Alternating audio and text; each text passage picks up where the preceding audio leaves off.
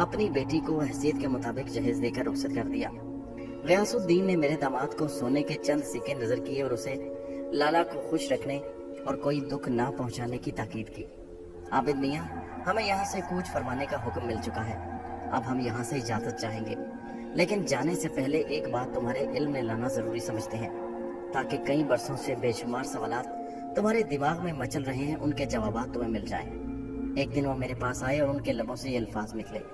میں خاموشی سے بیٹھا ان کی صورت دیکھتا رہا۔ چند لمحوں کی خاموشی کے بعد وہ بولے، اس رات بھی ویسی ہی طوفانی بارش اور غضب کی ٹھنڈ پڑ رہی تھی، جیسی کہ ایک رات تمہاری زندگی میں بھی آئی جب بھابھی کی طبیعت اچانک خراب تھی۔ وقفے سے بادلوں کی گرج اور چمک اور بجلی کی کڑک نے انسانوں کو سرے شام ہی اپنے گھروں میں قید ہونے پر مجبور کر دیا تھا۔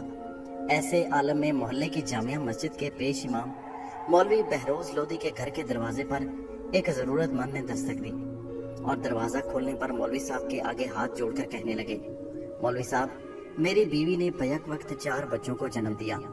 ہمارے قبیلے کے معتبر بزرگ نے مجھے حکم دیا کہ میں اپنے بچوں کے کان میں آپ سے اذان دلواؤں۔ کسی زور زبردستی کا مجھے حکم نہیں دیا گیا ہے، صرف آپ سے التجا کرنے کو کہا گیا۔ اگر آپ تشریف لے چلیں تو آپ کی بڑی مہربانی ہوگی، میں آپ کا یہ احسان کبھی فراموش نہیں کر سکوں گا۔ اس ضرورت مند کے لہجے میں جانے ایسی کیا خاص بات تھی کہ بہروز لودھی نے سردی اور بارش کی پرواہ کیے بغیر اس کے ساتھ جانے پر رضامندی ظاہر کر دی۔ اجنبی بہروز لودھی کو لیے اپنے مکان کے دروازے پر آن کر رکا اور ٹاٹ کا پردہ ہٹا کر بہروز لودھی کو اندر داخل ہونے کا اشارہ کیا۔ مکان میں داخل ہوتے ہی بہروز لودھی نے 2 باتیں بڑی شدت سے محسوس کی۔ اول یہ کہ باہر کی نسبت مکان کے اندر سردی کا احساس ایک دم کم ہو کر رہ گیا، اور دوسرا یہ کہ مکان سے باہر اگر رات تھی تو مکان کے اندر گویا دن نکلا ہوا تھا۔ بہروز لودھی کو حیرت کا دوسرا جھٹکا اس لمحے لگا جب وہ اجنبی اپنی باہوں میں اپنے 4 نومولود بچوں کو لے کر ان کے قریب آ کر بیٹھ گیا۔ وہ 4 نومولود عام بچوں کی نسبت بہت چھوٹے تھے، بمشکل بالشت بھر کے۔ مولوی صاحب، ان بچوں کے کان میں اذان دینی ہے، اجنبی نے کہا۔ مولوی بہروز لودھی نے ڈرتے ڈرتے ایک بچے کو اپنے ہاتھ میں اٹھا کر اسے اپنے قریب کیا اور اس کے ننھے سے کان کے قریب اپنے ہونٹ لے جا کر بچے کے کان میں اذان دینی شروع کر دی۔ اذان دینے کے بعد یوں ہی مولوی بہروز لودھی نے بچے کو اس کے باپ کے حوالے کیا، بچے کے لبوں سے آواز برآمد ہوئی، شکریہ۔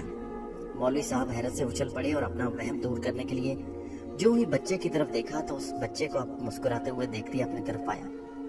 گھورتے پا کر ان کا دل دھک سے رہ گیا اور آنکھوں کی پتلیوں میں خوف سا ہلکورے لینے لگا۔ تاہم انہوں نے اپنے خوف کو اپنے اوپر حاوی ہونے نہ دیا اور ہمت جمع کر کے باقی تینوں بچوں کے کانوں میں بھی اذان دی۔ بچوں نے بھی اسی طرح مسکراتے ہوئے ان کا شکریہ ادا کیا۔ اچھا، اب میں چلتا ہوں، میری بیوی میرے آنے کی راہ دیکھ رہی ہوگی، مولوی صاحب نے کہا۔ آپ نہیں جانتے مولوی صاحب، آپ نے میرے ان بچوں کے کانوں میں اذان دے کر مجھ پر کتنا بڑا احسان کیا ہے۔ اگر آپ ان بچوں کے کانوں میں اذان دینے کے لیے یہاں تشریف نہ لاتے تو مجھے اپنے یہ بچے بت پرست دیو کے حوالے کرنے پڑ جاتے۔ یہ نیکی اور بدی کی لڑائی ہے جس میں آج ملنے والی کامیابی میں آپ کا کردار بہت اہم رہا۔ پھر وہ اجنبی اپنے 4 بچوں کو دیکھ کر بولا، میرے بچوں، اپنے اس محسن کو یاد رکھنا اور جب بھی یہ کسی پریشانی یا مصیبت میں گرفتار ہو ان کی مدد کے لیے پہنچ جانا۔ ان 4 بچوں میں سے ایک اس وقت آپ کے سامنے بیٹھا ہے جو آپ سے مخاطب ہے۔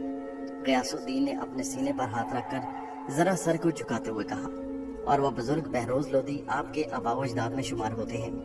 میرا تعلق جنات کے قبیلے سے ہے، ہم مسلمان جنات ہیں۔